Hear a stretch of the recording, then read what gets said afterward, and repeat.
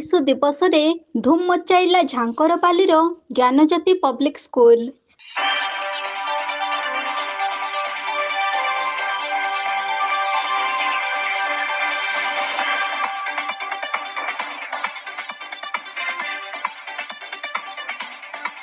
ନୂପୁରର ରୁଣୁଝୁଣୁ ଶବ୍ଦରେ ବିମୋହିତ କରିଦେଇଛି ପରିବେଶ। କୁନି କୁନି ପାଦର କଳାକାର ଯାଦୁରେ ଛନ୍ଦି ହୋଇ କଣ ଦେହରେ ବଳି ହୋଇଛନ୍ତି ଅଭିନୟର ରଙ୍ଗ ପାଉଡର। ନୃତ୍ୟ ଭଙ୍ଗୀରେ ନିଜକୁ ଦମ୍ଭ କରି ପାଦ ଥାପି ମନୋରଞ୍ଜନ ଦେବା ଆଶାରେ କୁନି କଳାକାରଟିଏ ସଜେଇ ହୋଇ ନିଜକୁ ଏକ ନର୍ତ୍ତକୀର ପରିଚୟ ତିଆରି କରିଛନ୍ତି। ଜୀବନ୍ତ କଣ୍ଢେଇର ରୂପ ନେଇ ସମସ୍ତଙ୍କୁ ଆକର୍ଷଣର ବୁଢ଼ିଆଣୀ ଜାଲରେ ଛନ୍ଦି ଦେଇ ମନୋରଞ୍ଜନର ପସରା ଖୋଲି ଦେଇଛନ୍ତି। ଜଣାଯାଉଛି ଏହା ଏକ କୌଣସି ରଙ୍ଗମଞ୍ଚର ଦୃଶ୍ୟ, କିନ୍ତୁ ଏ ଦୃଶ୍ୟ କୌଣସି ରଙ୍ଗମଞ୍ଚ ନୁହଁ। ଏହା ହେଉଛି ଏକ ଶିକ୍ଷା ଅନୁଷ୍ଠାନ ବରଗଡ଼ ଜିଲ୍ଲାର ଝାଙ୍କରପାଲିଠାରେ ରହିଥିବା ଏକ ଅଗ୍ରଣୀ ଶିକ୍ଷାନୁଷ୍ଠାନ Gyanjyoti public school.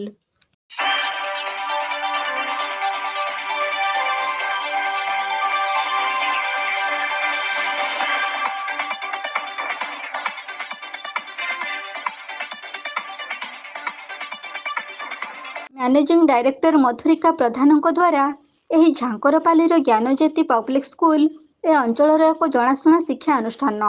MD Madhurika ପ୍ରଧାନଙ୍କ ତତ୍ତ୍ୱାବଧାନରେ ଚାଲିଥିବା ଏହି ଶିକ୍ଷା ଅନୁଷ୍ଠାନରୁ ଛାତ୍ରଛାତ୍ରୀ ଉତ୍ତୀର୍ଣ୍ଣ ହୋଇ ସମାଜରେ ପ୍ରତିଷ୍ଠିତ ହେବାର ବାଟ ପାଇସାରିଛନ୍ତି।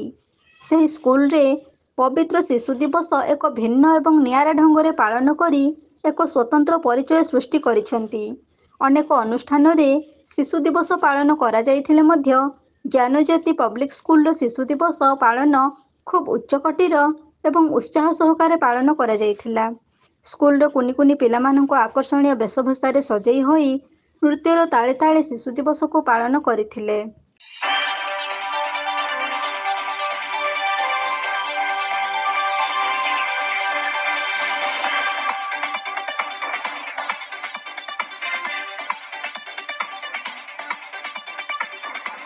କେବଳ ଯେ ସ୍କୁଲର ପିଲାମାନେ ନାଚ କରି ଶିଶୁ ଦିବସ ପାଳନ କରିଥିଲେ ତାହା ନୁହଁ, ସ୍କୁଲର ଶିକ୍ଷୟିତ୍ରୀମାନେ ମଧ୍ୟ ଏଥିରୁ ବାଦ୍ ପଡ଼ିନଥିଲେ।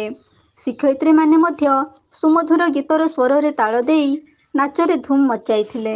ଖୁବ୍ ଆକର୍ଷଣୀୟ ଏବଂ ମନୋରଞ୍ଜନ ଧର୍ମୀ ଥିଲା ତାଙ୍କ ନୃତ୍ୟ। ସତେ ଯେମିତି ଜଣାପଡ଼ୁଥିଲା କୌଣସି ଏକ ରଙ୍ଗମଞ୍ଚର ମନୋରଞ୍ଜନ ଭେଟି ଦେବା ପାଇଁ ନିଜକୁ ପ୍ରସ୍ତୁତ କରି ରଖିଥିଲେ। ସମସ୍ତଙ୍କ ମନରେ ଭରିଯାଇଥିଲା ଉନ୍ମାଦର ଝଲକ। ଦେଶର ପ୍ରଧାନମନ୍ତ୍ରୀ ଜବାହରଲାଲ ନେହେରୁଙ୍କ ଉଦ୍ଦେଶ୍ୟରେ ରହିଥିବା ଏହି ଶିଶୁ ଦିବସକୁ ଖୁବ୍ ଧୁମ୍ଧାମରେ ଉତ୍ସାହ ଓ ଉଦ୍ଦୀପନା ମଧ୍ୟରେ ଜ୍ଞାନଜ୍ୟୋତି ପବ୍ଲିକ୍ ସ୍କୁଲ ପାଳନ କରିଛି।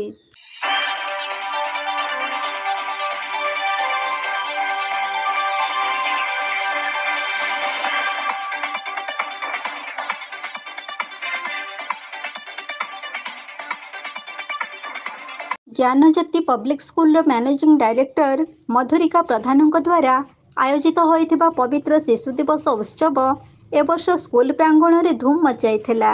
ଖୁବ୍ ସୁନ୍ଦର ଓ ଶୃଙ୍ଖଳିତ ଭାବରେ ସ୍କୁଲକୁ ଚଲେଇ ଆସୁଥିବା ମଧୁରିକା ପ୍ରଧାନ ପବିତ୍ର ଶିଶୁ ଦିବସକୁ ମଧ୍ୟ ନିଆରା ଢଙ୍ଗରେ ପାଳନ କରିବାକୁ ପ୍ରୟାସ କରିଥିଲେ।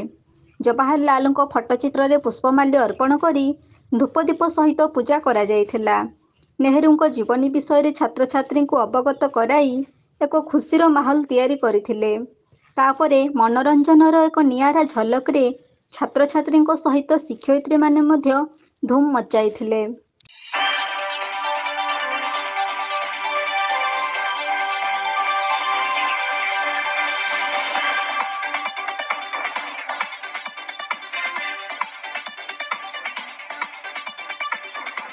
Bureau report, AB news.